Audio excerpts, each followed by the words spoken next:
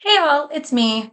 I have been sitting on this topic for a few days, thinking that my frustration and anger might like settle down. But I find that even making my arguments in the shower, as many of us do, is not satisfying my need to share this frustration.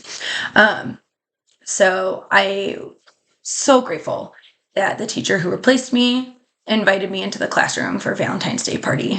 It was the last 45 minutes of the day. I got to see my students. I ordered a little spot of confidence books, little mini books for each of them to have. Didn't come in on time, so no excuse to go see them next week or this week. We don't really know. But it was amazing. I got to the classroom door as they were coming back from their sunshine break, and there was a lot of screaming and running in the hallway, and I was like, no, no, please stop. Like, she'll never invite me back here.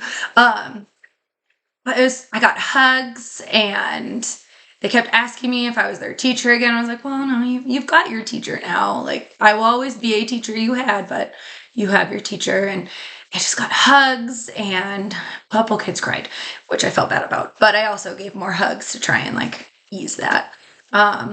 I mean, it looks like they're doing great. The teacher who replaced me is just lovely, lovely. She is a student teacher, which like there's feelings about that, bringing student teachers to teach completely on their own without the situation. Like, it's just frustrating. But she's doing wonderful. The kids really are responding well to her. She's, a newbie, and as we all were at one point, and so you definitely see the newbie signs. But she has so much passion and so much verve. Maybe verve is that a word? Um, but it was great. It was absolutely great, and I loved seeing them. And I hated at the end of the day when they all went home and they asked if they'd see me tomorrow, and I said no, I have work to do. Um, and I had to make sure that I had to make sure to tell them that I wasn't teaching any other students, because they kept asking, like, well, who are you teaching now? And I said, no one. Like, if I were teaching anyone, I'd be teaching here. Like, I promise you. But anyways, so I loved it. I I miss them, and I miss teaching, and I loved seeing them, but I'm also just filled with this like white hot rage that the way things are is keeping me from doing not just what I love to do, which is teaching, but I was made to be a teacher. And I didn't realize that for the longest time. I'm not the person who was a 5-year-old teaching her toys and like dreaming of being a teacher, because those people are fantastic. But I was not one of them. I was already in college, past my freshman year, failing miserably at psychology. Um, and my best friend was like, well, why don't you teach? If you don't like the science or the math side of the psych, teach. You get to do the kid stuff without the ridiculous stuff, which isn't probably ridiculous, but for an 18-year-old freshman, it was. Um, so, I mean, right then it clicked, and I have taught 9.5 years. Everything made more sense once I switched education, and I loved every minute of it. Um, Even when it was really hard to love. And now I don't get to do that. And I'm really angry. I know I'm smiling, but because my anger makes me uncomfortable, but I'm so angry that this was necessary for me to leave teaching. That we are in a society that does not value teachers and value the experience, the wisdom, the knowledge, the training, the professionalism that goes into becoming an educated professional that is a teacher. I should be doing what I love. I should be making a difference in the classroom, but the system is not set up for our success. And it's only gotten harder. I mean, We had a beautiful moment during the pandemic. I remember journaling about it, saying, oh my goodness, like we're getting a lot of gratitude from the country. People are saying, like, look at what these teachers did. They took a really crappy situation and they have made a garden for our students, for our children, and they are rocking it. And I mean, those are not the exact words that were used, but oh my goodness, like I journaled about it repeatedly. And like, this feels amazing. I've never felt like, the world outside of my classroom or my school really values us and appreciates us. And it's amazing the recognition that we're getting from just everyone. And that was the pandemic. It was a really hard time. Everyone was cut off from each other. And so this, like, it made it so valuable. And I love that recognition. I don't need it, but just to see that, hey, we're being seen. Finally, we're being seen after so many years of not. And then the 2020-2021 school year started, and it was get in the classroom or leave. You know what? A lot of teachers left. And that's on us as a whole, because we gave it an ultimatum. Work in a really crappy situation. That's only harder now that we have this pandemic, or leave. And it was the love that I got and felt earlier in the year that kept me going through that school year. And that was the hardest school year of my teaching career. But anyways, like it went away.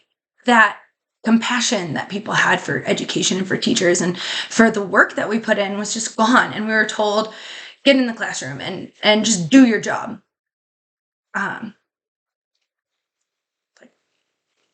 Teachers left and teachers are still leaving, and I left, and that's on us. We all played a part on that. We did not do well. And we had a chance to really turn it around, to really listen to teachers and do things for teachers, because when you have teachers who are well and educated, which we are, and have a balance in their life, then you have better teaching coming to your students because they are rested, they are taken care of physically, mentally, emotionally, and so they can focus on their jobs. Because what I'm hearing from other teachers that are transitioning out of the classroom is mental health. I left because my mental health was not going to make it.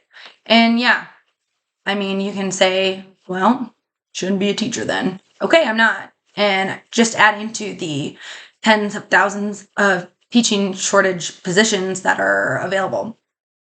The other thing that the pandemic brought was another opportunity that we missed in standardized testing and over testing our kids. And we were able to teach without testing to death. And we could have learned from that and reshaped how we did our testing, how we gathered our data. We could have asked teachers what was best. And yet, as soon as kids were back in the classroom, standardized testing was back on the table. And I don't know what we think we're doing, because isn't the quote like doing something over and over and over with the expectation of like change, or thinking that something will change, is the definition of insanity? That's what we've been doing. And that's what we did as soon as the pandemic was done. We started testing our kids again in a way that I don't know what research supports standardized testing as a win. Like all that I have seen in the data that comes out from the studies and the research that is made is that standardized testing does butt kiss, like absolute butt kiss, and it doesn't do anything to help your students, to make a difference. And really, especially in disadvantaged areas with students who are coming from high poverty, high diversity, BIPOC families, and students, and those who have not been given the attention they deserve in education. That's where the scores are the toughest because the tests were not made for them. So we're just enhancing the systemic racism in education that leads to just job opportunities, graduation rates, like where people end up living. Like we do that, like standardized testing is a problem we could have fixed and we didn't do it. And that makes me angry. And like, that might be not why I left, like standardized testing. Oh no. And but the fact that we took an opportunity and ignored everything, we have information that tells us that standardized testing does nothing useful. And like countries around the world are not doing it and they're looking at us like we're some kind of fool, which we are at this point. That's the pandemic. Like what are we doing? It's so much more than that. So I'm angry because we aren't changing. We're still doing the same thing, thinking that something's going to change, and it's not. And we're doing a disservice to our students. We're doing a disservice to our teachers who are trained professionals. And with this teaching shortage, I think it's a huge slap in the face that we are accepting less than trained, educated professionals in the classroom.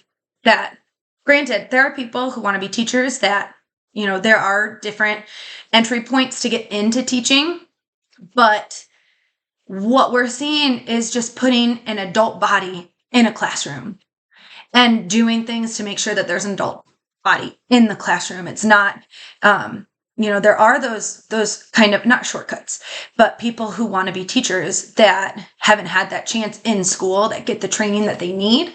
But this isn't that. This is throwing bodies in the classroom so that you can say that you have a full staff. And you can see there's laws going up and being offered and bills that are coming forth to the state people, saying like, hey, we need teachers. Let's make it easier for just anyone to get into the classroom because we have a shortage. When really what you need to do is talk to the teachers, the educated, wise professionals that are in the classrooms right now, the ones that are leaving. Why aren't we talking? Why aren't we being asked what we need? Like pay? Yes, that's a thing. Because I have my master's and my first 3 years of teaching, I was getting $30,000 a year. So that's an issue. We should be able to live off of our salaries because we are trained, educated professionals doing a job. And I don't want to hear, well, you only work 10 months out of the year and it doesn't matter. We should be able to live. No matter how much, we should be able to live for the full year and be able to provide for our families.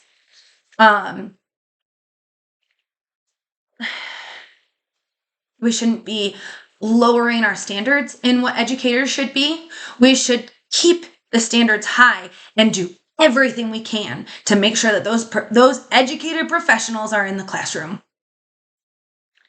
I don't care what you need to do. Student debt relief, that would have been helpful because I'm still sitting on tens of thousands of dollars of debt and I've been paying it off for years.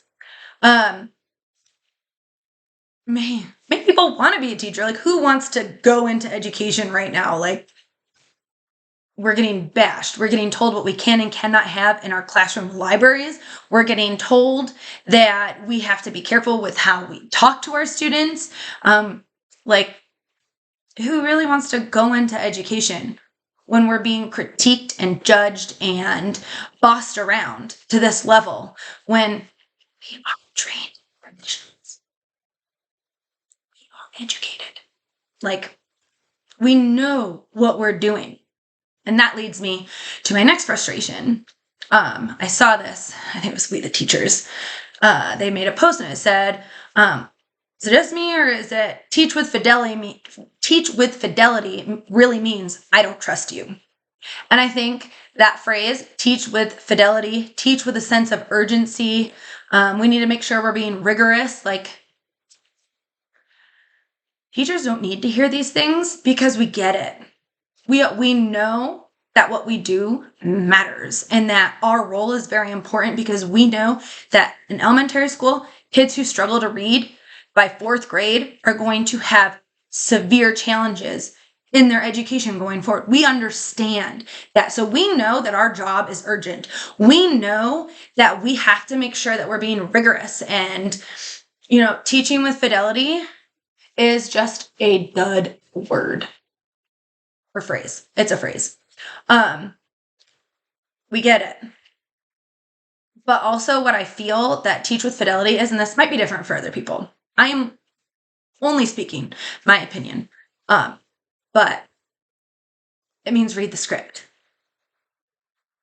I have worked in districts that had no curriculum, and I got to create everything, and I personally, it was my favorite. I have taught in districts where you have to teach the curriculum word for word, and I hated it, but I also know that there are teachers who find comfort in that support, and that's totally fine. Like, I am my own teacher. Everybody else is their own kind of teacher and teaches their own way. And I've taught in a district that does kind of like the middle. Certain things were really creative for me, and other things were kind of more strict. But that feeling of teach with fidelity means, like, use the curriculum and use it to a T. Don't mess with it. Just do what it says. And, like, I don't know how every curriculum is, but the curriculums I've worked with, where it says, like, it has students who with special needs, or students who are learning English as a second or maybe even third language, they're like little blurbs at the bottom of, like, the teacher planner or the slides or whatever it is they have. And it just says, just teach this part really well, kind of like, oh, this is a strategy that's great for those students. But then in my classroom, when I'm teaching that, I get, like, blank stares, and we're told, teach the script and don't do anything different. Well, you have to, because one curriculum for an entire district, which could be thousands of students in that grade level, it's not going to work for all of them. It's not going to work for a good chunk of them. And we're being told to just do that over and over. And then we have trainings that show us how to do that over and over and over again. We had a training, and it was like I had the same training like 4 times. And it didn't teach me how to do that better. Which also leads me into, why are we having this repetitive training? We are already trained professionals. Give me something that will help me look at what I am lacking in and give me training based off of that. Like, part of the reason I made the choice I made in December was because I was asking for help. I was asking for it, and I didn't get it. I wasn't getting the help I needed. I was having trouble. Exhausted. I have a now 10-month-old who's absolutely adorable, but his sleeping at night is a bit of a nightmare. So doing that and then going to the classroom and teaching all day, like, I didn't have patience. As much as I tried, I could see myself the way I should respond to certain situations, and I just couldn't do it. I kept having to step back and say, kids, I need a second, because I'm not okay right now. These choices that I'm seeing happening in the classroom are not okay. The behavior is not okay, and I can't interact just yet. Because I'm human. We all get frustrated sometimes, and kids are learning to be people. And I think we're forgetting that. That's the testing, the teaching to the script, even if, like, the script is different or it's not as scripty as it used to be. We're forgetting that these are kids. They're learning to be human. And these kids, like 2nd grade to 12th, have learned in a pandemic. And so there are serious, just human being things that they forgot they missed building on, they never learned because they were home, or they're dealing with the fact that we're in a pandemic that none of us really did well with. Like, you are an adult. Think about it for just a minute. Did you handle it well? I know that there were nights where I enjoyed my wine a whole bunch. There were nights where I cried. There were nights where I was miserable. I had to go, 2021, I was in an eating disorder recovery program. Like, it wasn't well for all of us. And here we are expecting kids to be just fine. They're very resilient. They're amazing. They know things. They are smart. They figure it out. But we need to give them grace. Like, we struggled as adults. They're going to struggle as kids. We need to teach them these skills again. And yet we never allowed for that. We just went right back into teach with fidelity, and you need to make sure your academics are rigorous. When we really needed to talk about, hey, like, let's sit in this seat and learn how to sit in a seat so that we can do the academics. Because the social emotional learning, which I know is getting a bad rep, but like, it's necessary. If they can't sit in their seat, they're not going to learn math. If they don't know how to persevere and try again when it gets tough, they won't learn to read. Like, these are the soft skills that all these companies these days are saying kids need. Perseverance, problem solving, collaboration, working with others. These are the things that we are missing because the pandemic stopped us from reaching them in this way on some level. It's easier for some people, more difficult for others, but this is what we need to focus on. In addition to academics, because if you take care of them socially, emotionally, you can do academics a lot easier. But like, I don't know, I'm just a teacher, right? Not even that anymore. But like, and that kind of leads me to my last piece, is that there's no trust in the teachers who are educated, who are trained, who know the kids they work with, who spend all this time working for this group of students. Like, why would we do it if we didn't love it, if we didn't love the kids? We spent years being gaslit and bullied and frankly abused into our jobs to tough it out for the kids while